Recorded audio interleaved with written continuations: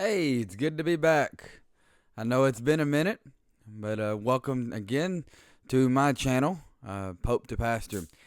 I'm Justin. It's been a minute since I've hopped on here, at least a month or so. And I wanted to jump on here to take a couple of minutes to just be simple and relatable. I have taken a pause on the last study I've been doing in Galatians 2 and 3. And the reason I am is because I feel impressed by the Lord to do so.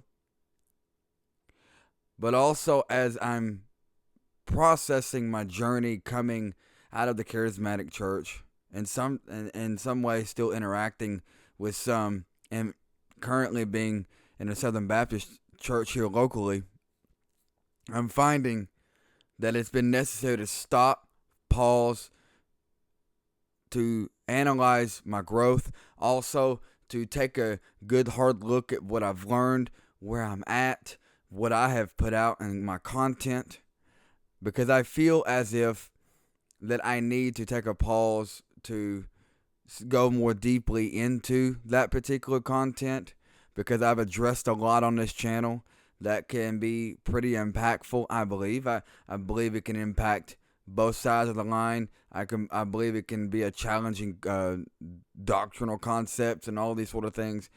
But as I'm just getting off work and I'm waiting for the bus for my daughter, I'm sitting here in my living room and I'm just want to be organic and simple. I'm not trying to come to you in some high and mighty fashion.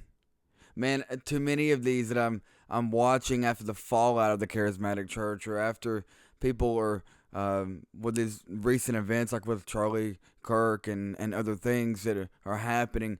I'm seeing a lot of young people my age and families processing faith, processing a lot of how to live their faith, what to believe, what not to believe, deconstruct, reconstruct, whatever it may be. And as I am processing my own journey in this, I'm realizing I don't know everything. And the more I study, the more I realize there's more to know. Also, I realize that some of the things I'm putting forth also can be pretty impactful. It can be a big deal, I believe. But it's taking some life to live. It's taking some maturity to realize that you need to stop and analyze what you're doing and what you're putting out there. And it's kind of like, and this is why I'm not even using notes today, I'm just speaking off the cuff here. It's kind of like what Jordan Peterson said.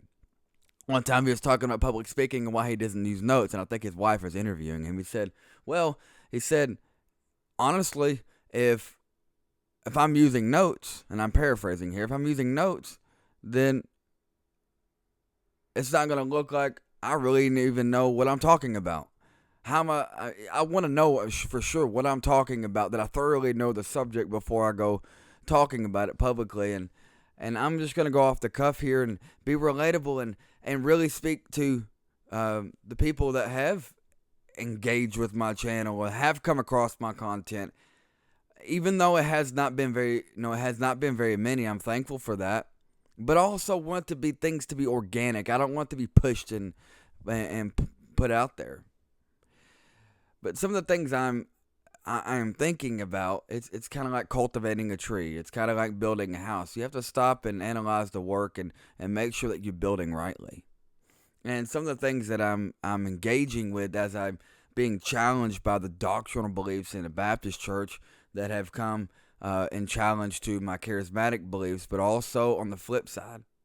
Because I realize even in going into the Baptist church, and I've realized this in a Sunday school here recently, my wife and I, that there's a lot of them that are a lot more hungry for the things of the Spirit, for truth, and actually even believe some of the same things that charismatics believe.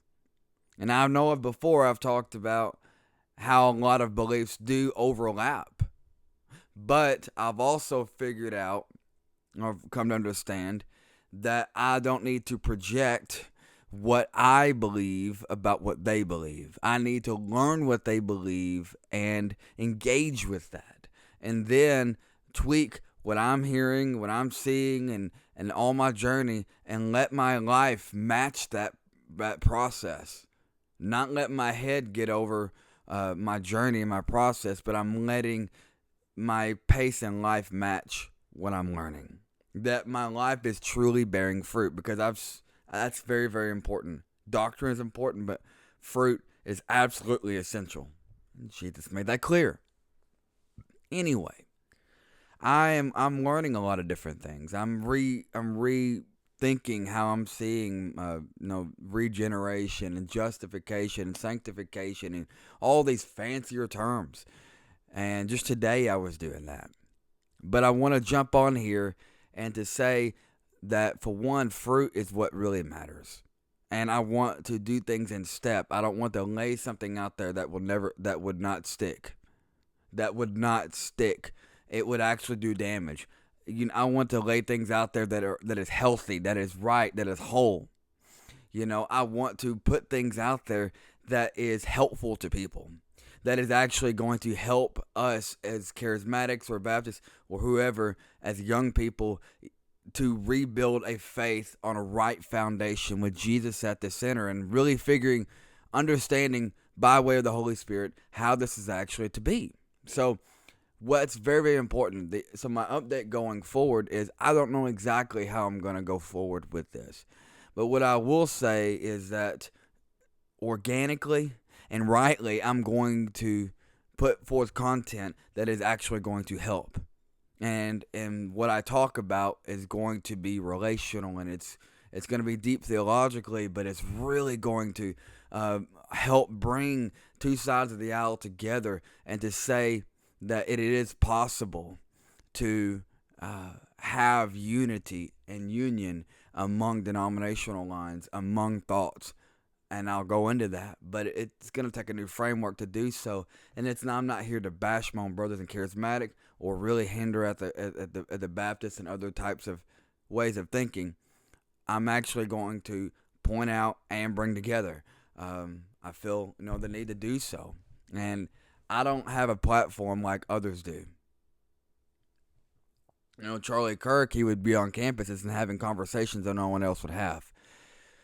This is my tent, I guess. This is where I'm at right now, and my life lived, and slowly and incrementally, and more while I explain more what I'm getting at and what I'm trying to share. So with that being said, I pray that God blesses you beyond measure. I pray that He helps you in your walk, that you trust Him wholly and sovereignly, that He loves you with the love that He loves His Son with. And I want you to understand that you can live for Christ, that He does help you. The Holy Spirit can help you, that there is hope, and there is salvation in Him, that there is light at the end of the tunnel, that there is a life that you can live devotionally. As long as you do this and this, first things first, let His scriptures, let the word of Christ dwell in you richly, and be what is the light unto your path and a lamp unto your feet. That you could be devoted to Him and engaged in Him in a ever-deepening union. That was my beep there. It is now 4 o'clock. I need to hop off here. My daughter's about to get off the bus. God bless. I'll see you soon.